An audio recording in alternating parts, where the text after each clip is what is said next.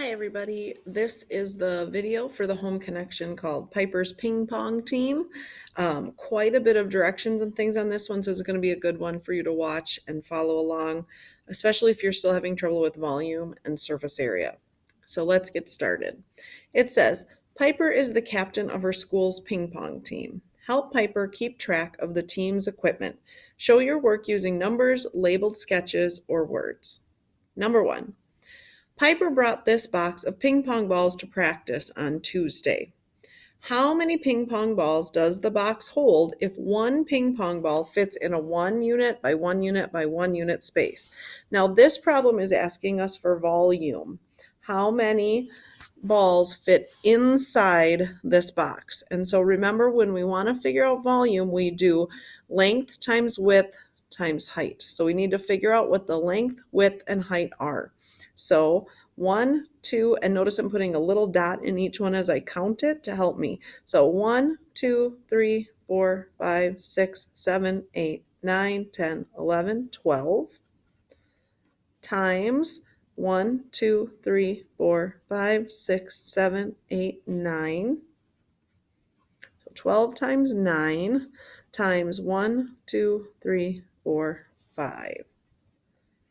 And now it actually wants me to find out the volume, so I'm not just going to leave this expression. I'm going to do the multiplication. And I'm going to use some of the strategies we've been talking about in class. So 12 times 9, I can figure that out by doing 12 times 10 and then minus one group of 12. So 12 times 10 is 120 minus 12.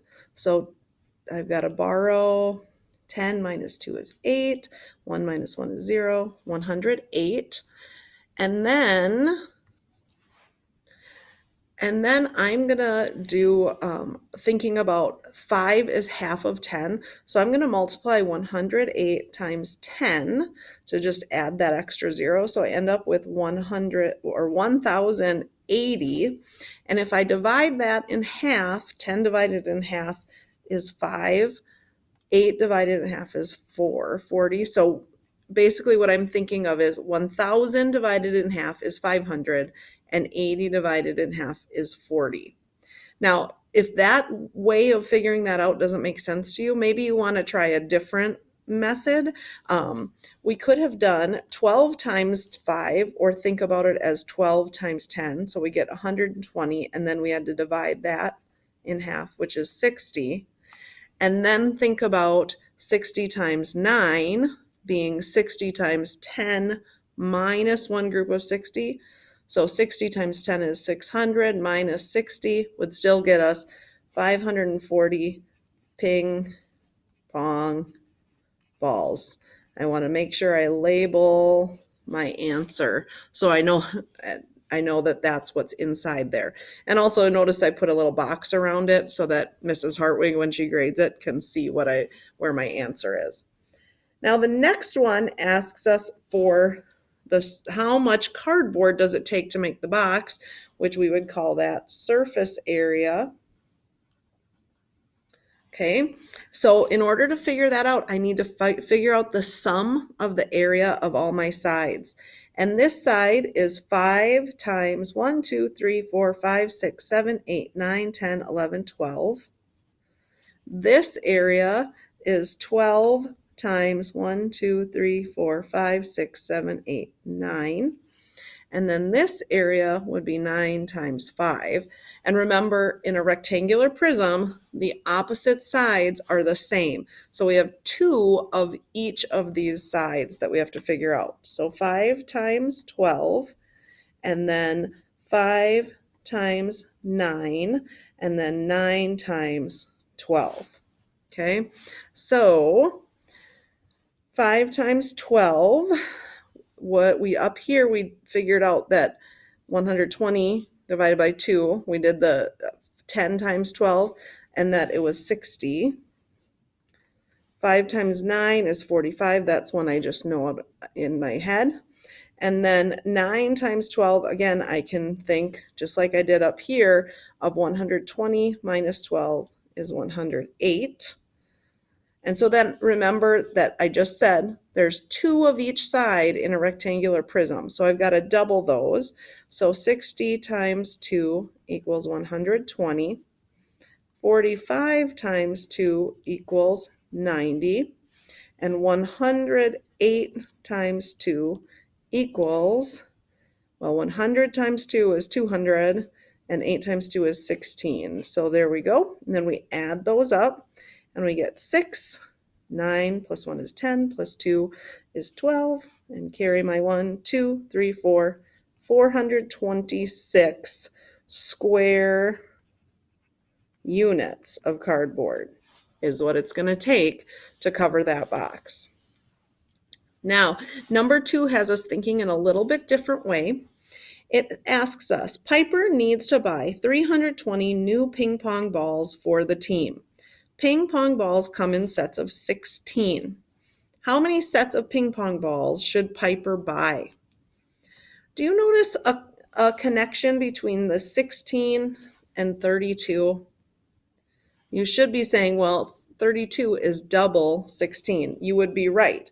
So she would need to buy double 16, which is 2, and then there's a 0. So if it was 32 ping pong balls she needed, you would need 2 boxes, but she needs 320. So she needs 20 sets of balls. All right, if one set of ping pong balls costs $8, how much will 320 ping pong balls cost? Well, she needs 20 sets times $8. 8 times 2 is 16, and I'm going to add my 0, so it equals 160. Those 2 weren't so bad, were they? All right, going on to the back. Number 3. Piper saw a large box of ping pong balls with 48 balls in each layer. If the box has 5 layers, how many ping pong balls can the box hold? Okay, so if it has 48 on each layer, there's 5 layers. Okay, again, I can either multiply this out or I can think about one of my strategies. And I'm going to think about 48 times 10 divided by 2, because I always like to find those tens. I think that's the easiest way to multiply. So 48 times 10 is 480. If I divide it by 2, I remember in all the surface area stuff we did, we kept doing 2 times 24 was 48. So 48 divided by 2 must be 24. So it can hold 240 ping pong balls. There's my answer. Now, if the box has 15 layers, how many balls can the box hold? Well, lucky for me, I already figured out how many it has if it has 10, and I figured out how many it has for 5. So if it's 15, it's those 2 numbers added up. 0, 8 plus 4 is 12, carry the 1, 4, 5, 6, 7, 720 ping pong balls. Oops, forgot an L there. Good thing it's not spelling, it's math. All right, number 4. I'm going to do a couple of these with you and leave a couple of them for you to do on your own, because I want to see if you're figuring these out. So number 4, is the equation true or false? I'm going to start with B. I'm going to leave A for you to figure out. 45 times 18 equals 40 times 10. Okay, so that's the 40 times 10 plus 40 times 8, 40 times 8 plus 5 times 10. Well, here's a 5, and then I have to multiply that by the 10 from 18 plus 5 times 8. Well, I have to multiply the 5 from 18. So yes, this one would be true. Okay. And then let's do D together. Good old double and half. Let's see if they figured out the double and half correctly. 64 was cut in half to 32. 15 was doubled to 30. Yep, looks good to me. So these other ones you can see are breaking apart the multiplication, check and see if they've done that correctly. And then this one is our strategy, our over strategy. Number 5, write an expression for each item below. Remember, this is where they basically tell you what to write, and you don't put an equal sign, you don't solve it, you just write it down. So here's an example that you can pause and read if you'd like. To find 79 times 24, I multiply 80 times 24. So there it's telling me 80 times 24. There's that word and, so I'm going to put parentheses, take off, which means subtract, one group of 24. There it is. It told me exactly what to write. B, to find 12 times 13, I double 13 and have 12, and then multiply. So double 13 is 26. I'm going to multiply. Half 12 is 6. There's how you can do it, how you can write an expression for what they're going to do there. If you want to be really